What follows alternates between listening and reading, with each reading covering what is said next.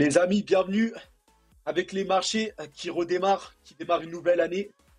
Donc, bien sûr, les marchés américains d'abord, c'est là-bas que ça se passe, et les contrats à terme. Donc ça, c'est les négociations avant les heures d'ouverture de marché qui on peut changer, donc qui sont stables, alors que les marchés donc entament les échanges du nouvel an, après une année 2023 solide. Donc 2023 était très solide pour les marchés financiers, porté par le secteur de l'intelligence artificielle et donc le secteur de la technologie qui a explosé en 2023. Et là, on démarre avec des marchés stables dans les contrats à terme. C'est-à-dire que les marchés américains ouvrent tôt, en tout cas heure locale en France, aux alentours de 14h, 15h. Et donc là, il est à l'heure où j'enregistre 11h du matin, enfin en France. Et donc voilà, pour ce qui est des États-Unis là-bas, bien sûr, ça ouvre le matin.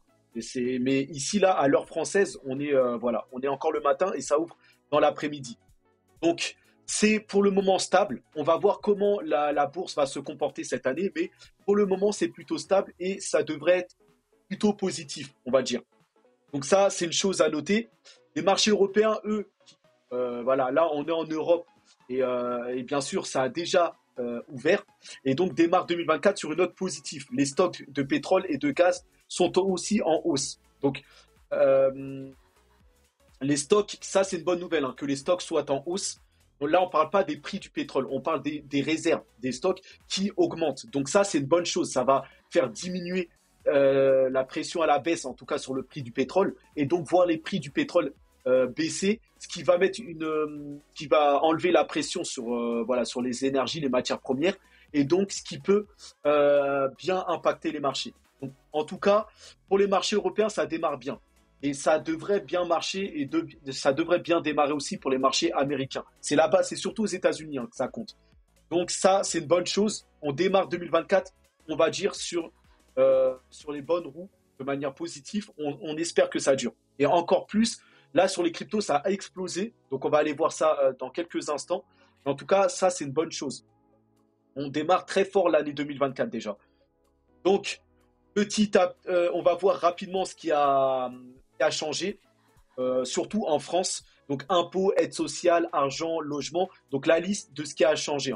Je ne vais pas tout voilà, regarder dans les détails. On va surtout lire les grandes lignes. Et donc, ici, en tout cas en France, le SMIC va augmenter. Bon, c'est voilà, 1,13%. C'est rien du tout, mais il faut le savoir. Ça passe de 1747 euros à 1766. 20 dollars de plus, 20 euros de plus. Bon, et donc ça c'est en brut. En net, il passe donc de 1383 euros à 1398 euros. Donc on gagne une petite vingtaine d'euros. Voilà, pour le SMIC. Bon, ça concerne quelques personnes. Voilà, il faut savoir que Pôle Emploi devient France Travail. Donc ça c'est voilà, ils ont changé de nom. Donc l'État veut réduire le chômage de 5% d'ici 2027. On verra. Et aussi le revenu solidarité, donc le RSA, sera conditionné à 15 heures d'activité hebdomadaire. Donc maintenant, ceux qui veulent toucher le RSA devront au moins travailler au moins 15 heures dans la semaine. Donc voilà, c'est fini. On ne peut plus être sans activité pour toucher le RSA. Donc voilà par rapport à ça. Donc le barème de l'impôt revu. L'impôt va être apparemment augmenté, apparemment. Donc ça, c'était sûr. Hein. Ensuite, faut rappeler que c'est la France, c'est le niveau le plus élevé au niveau des impôts. Augmentation de la taxe foncière en 2024. Donc les propriétaires vont voir leurs taxes, leurs frais augmenter encore.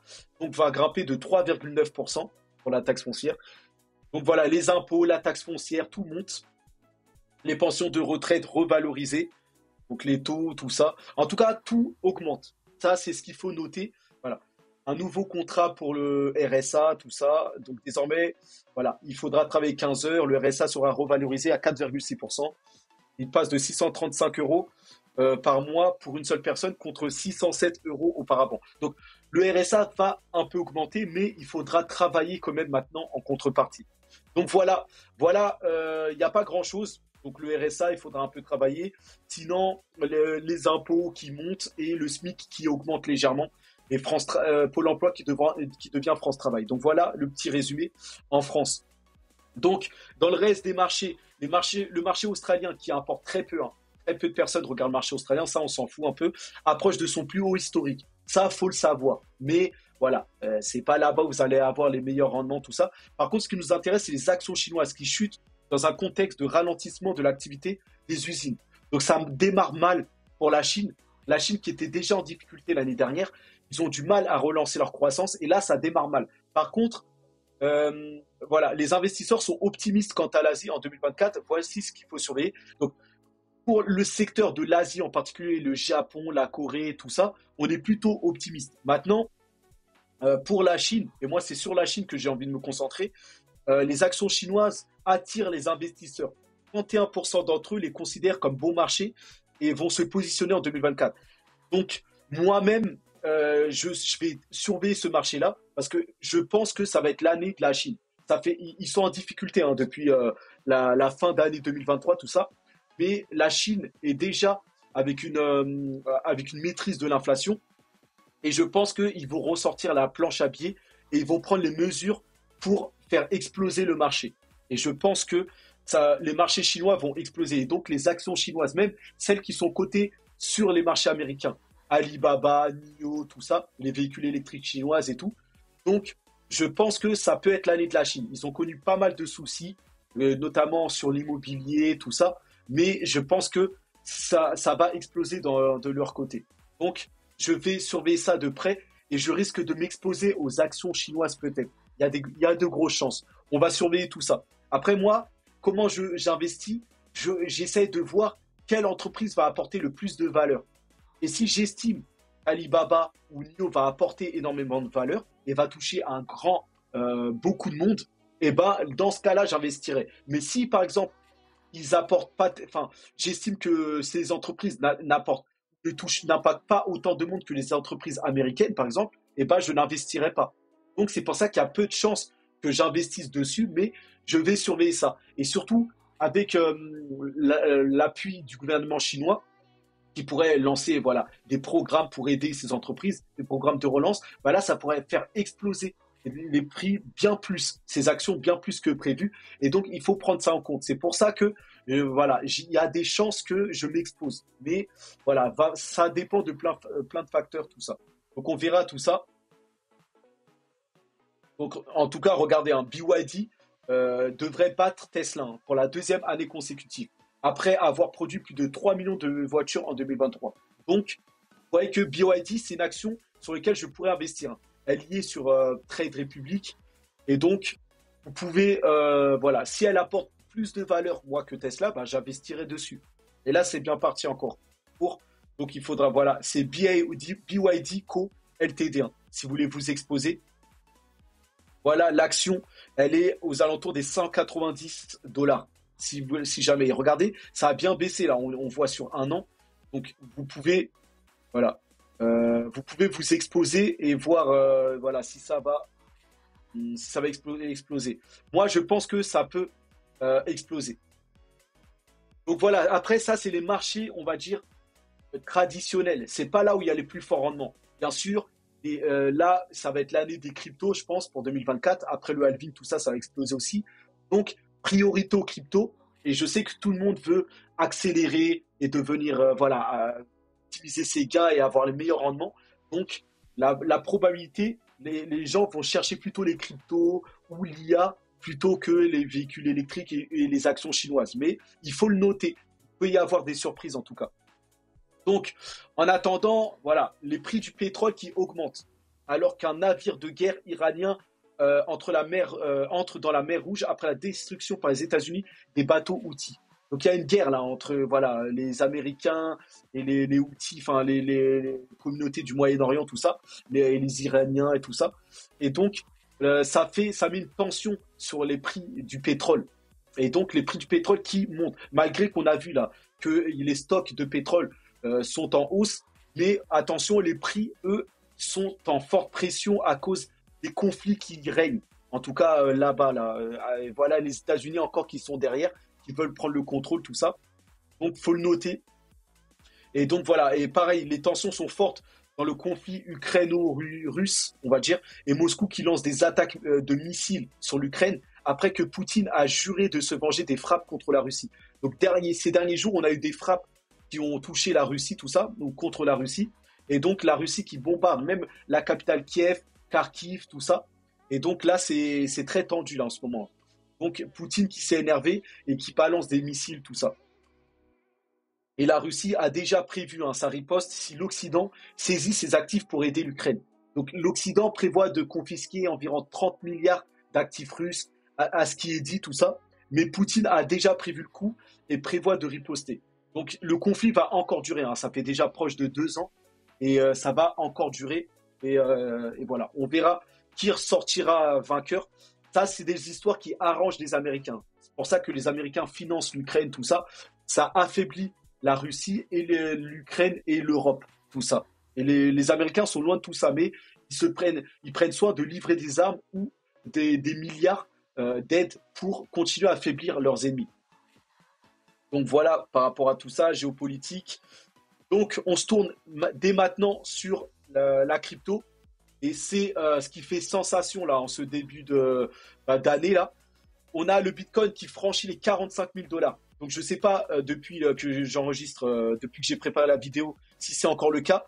Mais le Bitcoin qui est en feu, on va voir pourquoi.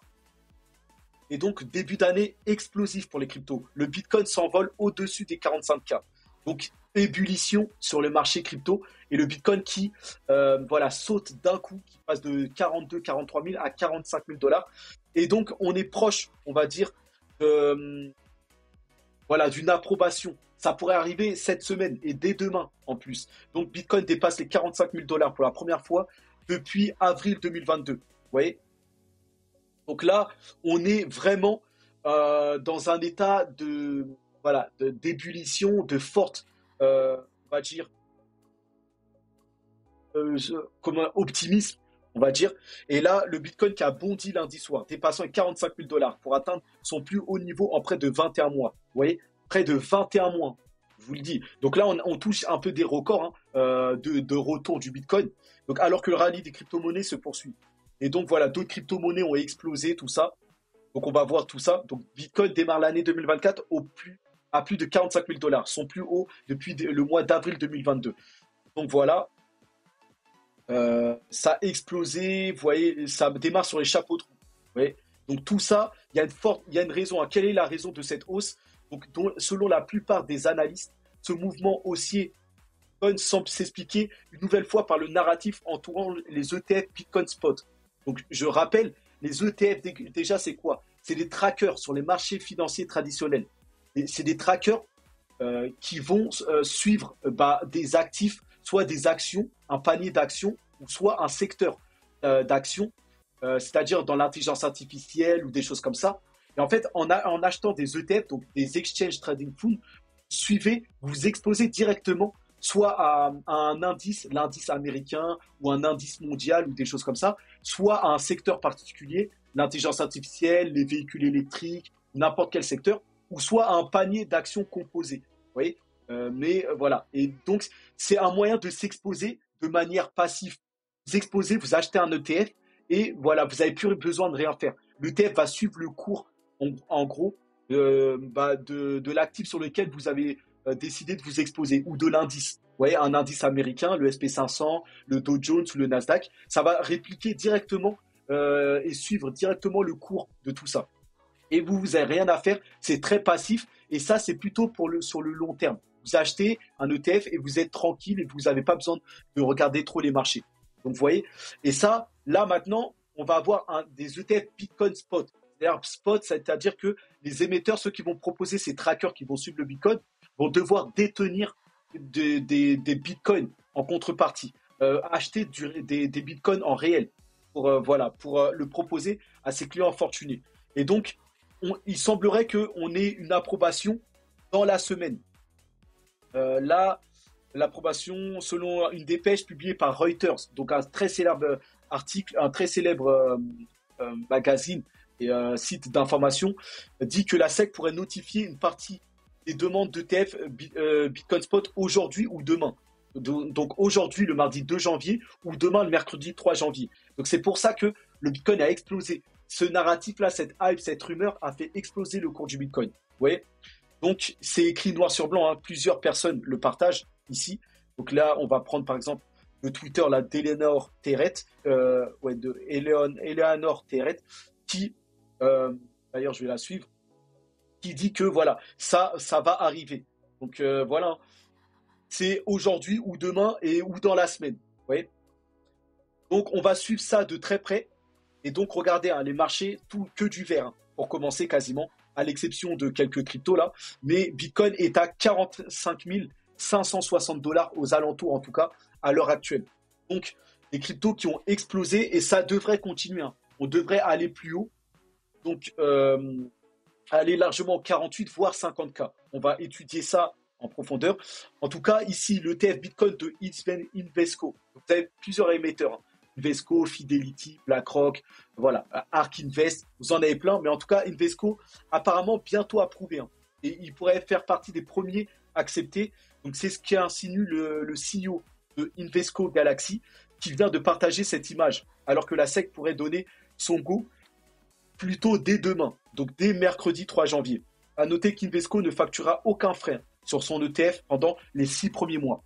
Donc pour vraiment attirer la foule, attirer les clients fortunés vers son ETF. Voilà, ils vont se battre pour que leurs ETF soient priorisés. Et il y a énormément d'argent à se faire pour ces investisseurs. Et donc voilà, regardez Invesco, l'image qu'ils ont mis, block your calendar. Donc réservez votre calendrier. C'est-à-dire que peut-être qu'ils ont des infos, hein, en amont, parce que s'ils annoncent, ils se permettent d'annoncer ça, c'est que c'est imminent, ça va arriver peut-être aujourd'hui, demain, dans la semaine. Donc ils mettent l'hashtag bloquez votre calendrier parce que l'annonce va être faite. Donc maintenant, c'est une question d'heure maintenant. C'est pour ça que les marchés sont en ébullition, tout ça. Donc ça arrive sous peu. Aussi, BlackRock, grosse nouvelle. BlackRock pense que la SEC prendra la décision d'approuver le test spot Bitcoin cette semaine. Donc nous, on attend une annonce aujourd'hui, demain, peut-être après-demain. Mais pour BlackRock, ce qui est sûr, c'est que c'est dans la semaine. Donc d'ici avant vendredi. Vous voyez? Donc l'annonce va être explosive. Et peut-être que si je suis dispo, je ferai un live en direct, hein. Dès l'annonce des premiers ETF spot validés, je serai certainement en direct ou dans les heures qui suivent, je serai en direct pour cette annonce historique, en tout cas. Parce que cette annonce va clairement crédibiliser le Bitcoin. Parce que là, c'est validé sur les marchés traditionnels, bien, même si on a déjà des entreprises, hein, en bourse comme Coinbase, comme les entreprises de minage de crypto, Marathon ou Riot. Mais là, le fait que le Bitcoin soit proposé aux investisseurs fortunés, ça va amener des milliards de liquidités sur les marchés et donc ça va faire exploser les prix. Vous voyez? Donc, comme vous le voyez, c'est imminent. Et en tout cas, les institutionnels n'attendent pas. Eux, ils achètent. Et c'est pour ça, je pense que le prix du Bitcoin a explosé. Donc, on va voir tout ça en détail. Regardez, là, la courbe en bleu, c'est les CME Premium. Donc, vous voyez, et ça, c'est les institutionnels. Donc, les institutions pompent Bitcoin. Là, les institutionnels ont acheté en masse cette nuit. On dit que lundi soir, le prix du Bitcoin a explosé. Et bien là, vous avez l'image de pourquoi ça a explosé. Ce n'est pas vraiment les particuliers, c'est surtout les institutionnels, donc des entreprises surtout, qui ont acheté en masse du Bitcoin cette nuit-là, la nuit du lundi. Et donc, voilà, ça veut dire qu'ils savent quelque chose. Et c'est pour ça que le prix du Bitcoin a explosé d'un coup comme ça. Vous voyez? Et donc, il semble qu'ils s'attendent à l'approbation d'un ETF spot Bitcoin. Vous voyez? Ont-ils des informations dont nous n'avons pas encore connaissance? Ça, c'est la question. Mais en tout cas, vous voyez que le CME Premium, donc les institutions ont acheté fortement d'un coup, hein. Et ça reflète le cours du Bitcoin qui est en orange là, qui a explosé aussi. Vous voyez? Donc, les institutions sont dans la partie, hein. Il n'y a pas que des particuliers comme vous et moi qui sont là. C'est vraiment les institutionnels qui sont là dedans. Et donc voilà, le Bitcoin qui a cassé son breakout par la même occasion et qui laisse maintenant entrevoir la perspective d'aller chercher les 50K puisqu'on a fortement corrigé là jusqu'au 40K. On a trouvé un point d'appui et maintenant on va très certainement dépasser les 50K. Moi, c'est ce que je pense à court moyen terme là. Et donc on a l'impression que tellement de monde s'attend à un sell the news, parce qu'il y a aussi cette rumeur de la nouvelle va être vendue une fois que les ETF vont être approuvés. Certains pensent que le Bitcoin comment dire, va chuter complètement. Et la nouvelle, on va dire, va être vendue. C'est ce que la plupart craignent cela. Et donc, je pense que Monsieur TK a raison. Beaucoup achètent avant de revendre la nouvelle. Et achètent tout de suite sur la hype parce qu'ils craignent une grosse vente qui ramènerait peut-être le Bitcoin dans les 30K à nouveau, tout ça. Donc on verra. C'est aussi une possibilité, mais il va falloir être prudent en tout cas. Donc, en tout cas, là, l'explosion a conduit à une masse de liquidation. Donc là, on le regarde hein, sur les charts. Beaucoup de shorters, donc ceux qui parient à la baisse, se sont fait liquider. Ça, les shorters, les traders qui parient à la hausse ou à la baisse avec des leviers pour essayer d'accélérer leurs gains, bah, eux, quand ça se passe, quand ils parient et que c'est le contraire qui se passe, ils se font rect directement, ils se font liquider.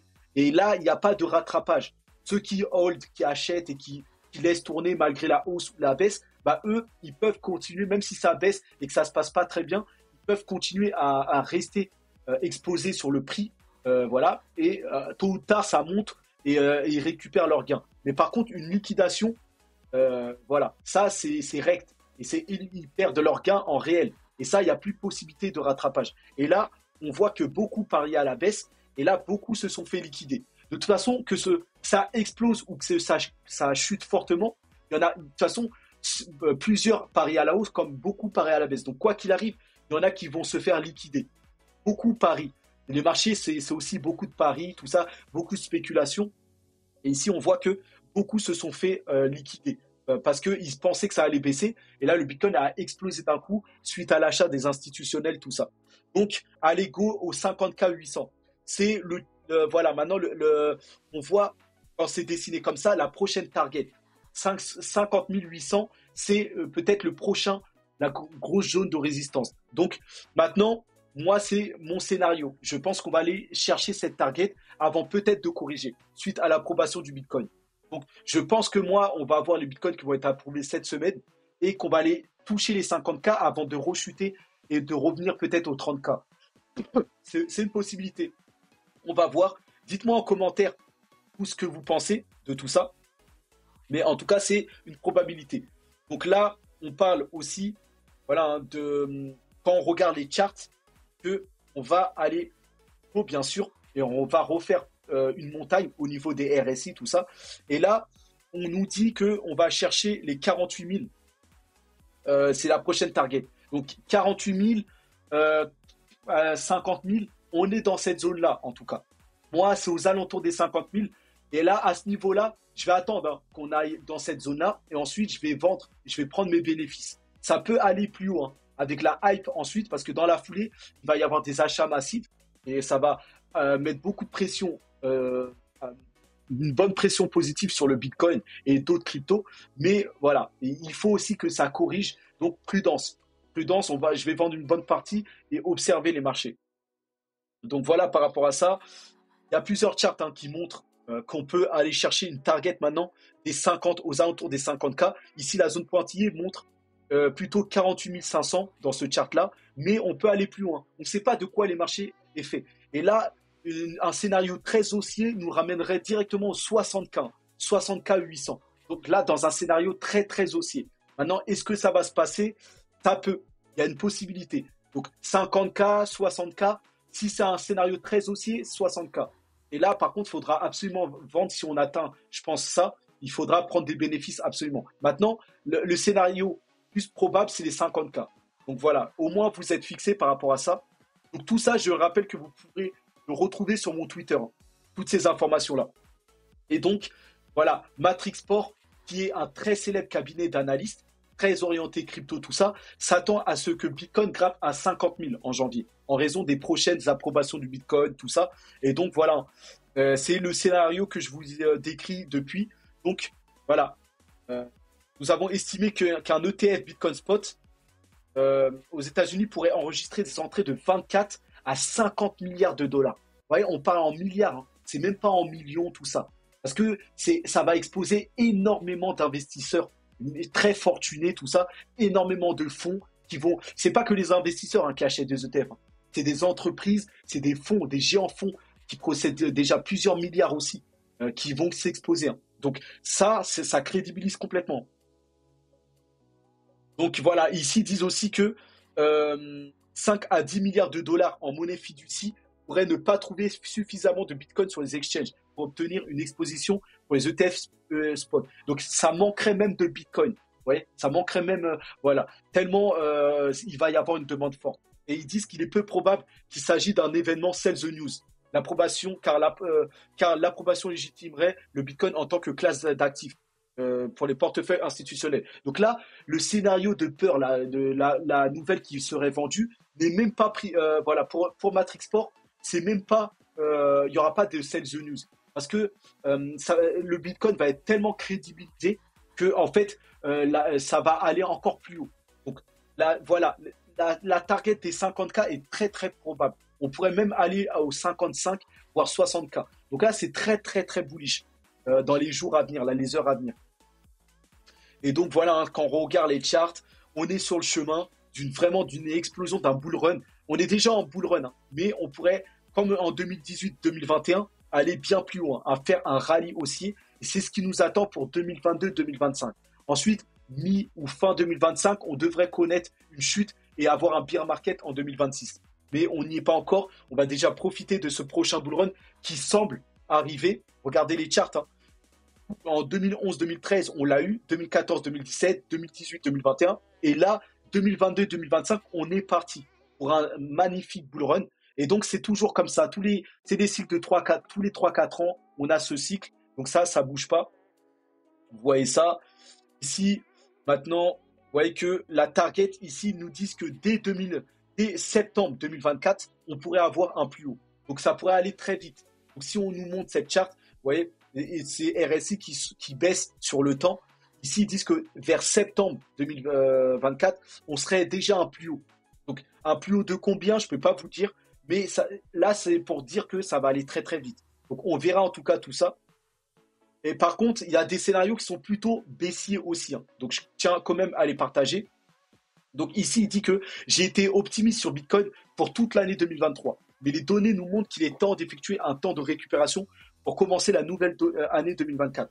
Donc on verra. Je sais de quel côté je suis. Donc apparemment, une correction de 30% sur la zone de surchauffe nous amène à des prix autour des 30K. Donc là, ici, le chart ici nous montre qu'on est déjà en surchauffe ici et qu'on pourrait repartir à la baisse. C'est ce qui est indiqué hein, ici. Donc maintenant, ça corrobore pas trop avec l'annonce des ETF qui vont arriver. Moi, je pense que ce scénario, il se tient de baisse et d'un retour à 30K. Mais d'abord, on va aller chercher les 50K, voire plus un petit peu, avant d'avoir une grosse correction, une grosse prise de bénéfice.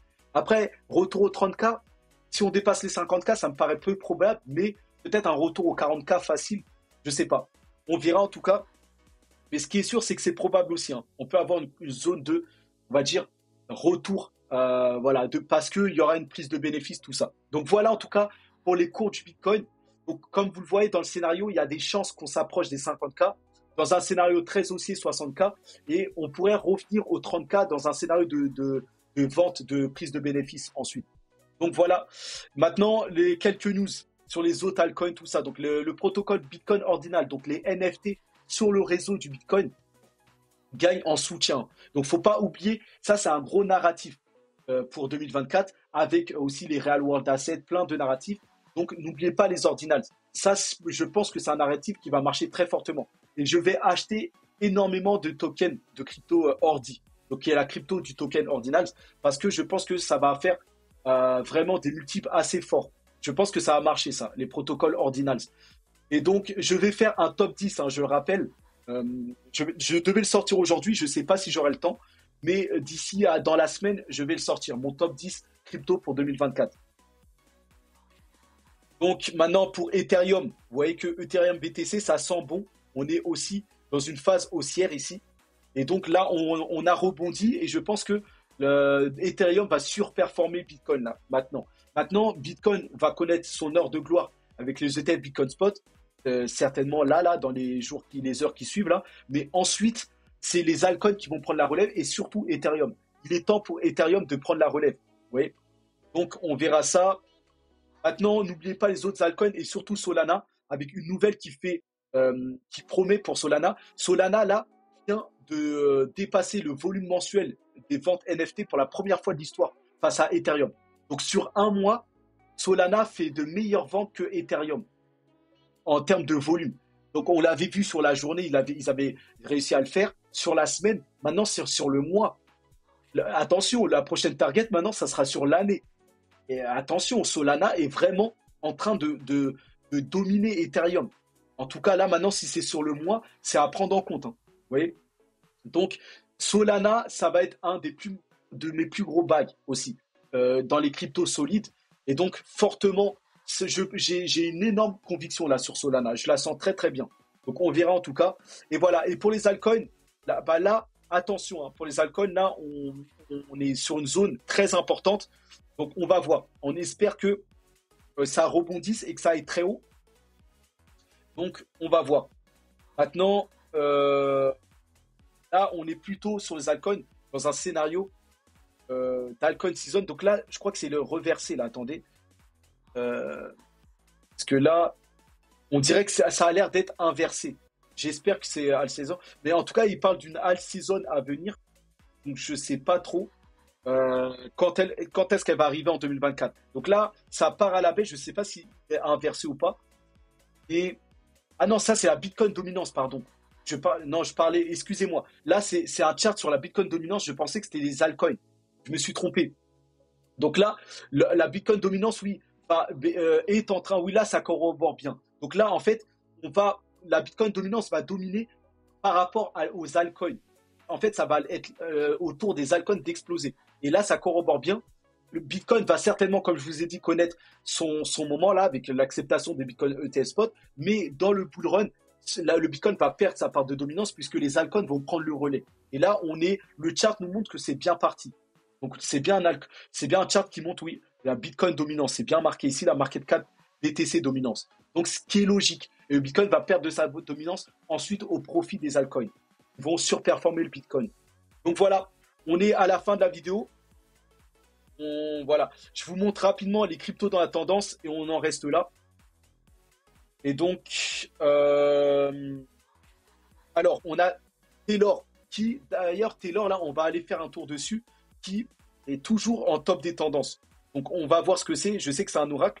Donc ensuite, Métis DAO, une layer 2 d'Ethereum qui revient sur le devant de la scène, donc une couche de niveau 2 qui va venir aider le réseau Ethereum à avoir des coûts plus faibles et à avoir une scalabilité, à avoir des frais ou des transactions plus rapides. Donc ça sert à ça, les couches 2 sur Ethereum. Et donc Métis DAO, c'est une couche 2. Et on a Sei Network qui est aussi un réseau blockchain, qui est aussi une blockchain très rapide avec très peu de frais et qui est dans la hype en ce moment. Donc voilà les tops des tendances. Ensuite, n'oubliez pas, il y a Bonk, le même coin, Solana qui est toujours là avec Avalanche, Internet Computer, Polygon, Coin, Ordinals, comme je vous l'ai dit. Donc voilà. N'hésitez pas à aller sur CoinMarketCap pour regarder les tendances. Ça montre à peu près vers où sont tournés les regards au niveau de la crypto, tout ça. Donc voilà par rapport à ça. Donc Taylor qui, on va voir sur les 7 derniers jours, bon, c'est plutôt mitigé. Il y a une forte hype, ça a explosé et d'un coup ça a chuté. Voilà sur le mois. Sur l'année, ça a pas mal monté, hein. Ouais. Donc c'est pas mal. Ça a une capitalisation on parle de combien de capitalisation? 460 millions. Donc c'est une très petite capitalisation encore. Et apparemment, Taylor, c'est un oracle, protocole d'oracle décentralisé. Bon, il commence à être plusieurs. On a Chainlink qui est le grand dominant. Et Chainlink qui va vraiment, Chainlink, ça va être un de mes plus gros bags aussi. Voilà, ça sert pas que même pas, c'est même l'interopérabilité Chainlink. Donc on-chain, off-chain. Et donc, c'est le grand dominant des oracles. Les oracles, c'est en fait sur la blockchain, ça sert à, entre guillemets, pour vulgariser, prendre les données du monde extérieur pour les incorporer dans la blockchain. Les données, je sais pas moi, les informations, les données météorologiques, voilà, les données des prix, que ce soit pour je sais pas moi, le Bitcoin ou autre, voilà, toutes les données du monde extérieur, les informations, et ben sur la blockchain, pour les transphaser on-chain sur les réseaux on-chain, c'est les oracles qui font ça. Et voilà, et c'est le projet Taylor par exemple, ou Chainlink, ou même Pit Network, le nouveau réseau, le nouvel oracle qui est basé sur Solana plutôt, qui voilà, vont aider à prendre les données du monde extérieur et les incorporer sur la blockchain. Et donc voilà, c'est la mission en tout cas de Taylor, et donc ça va être un concurrent de Chainlink. Donc voilà, fin de la vidéo. Donc c'est très bullish, hein. Très très bullish, surtout pour les cryptos, plus que les marchés financiers. Et donc là, imaginez hein, le tel Bitcoin Spot qui est approuvé cette semaine. Imaginez le BTC s'envoler au-dessus des 50K. Imaginez les altcoins suivre et nous régaler aussi. Donc la semaine s'annonce riche en attente. Vous voyez. Donc on peut imaginer ça et il y a de très fortes chances que ça arrive. Et regardez, tous les émetteurs sont promettent, en tout cas font leur pub et annoncent l'arrivée. Donc voilà, ici vous avez Bitwise, vous avez voilà, ici Bitcoin Times, enfin des publicités, Hashdex qui a fait sa publicité, et là Invesco qui a dit bloquer votre calendrier parce que d'ici aujourd'hui, demain ou dans la semaine, voilà, même BlackRock a annoncé que ça arriverait, que certainement la SEC allait arriver, valider tout ça cette semaine. Donc voilà, très bullish en tout cas les amis. On se retrouve pour d'autres actualités, hein.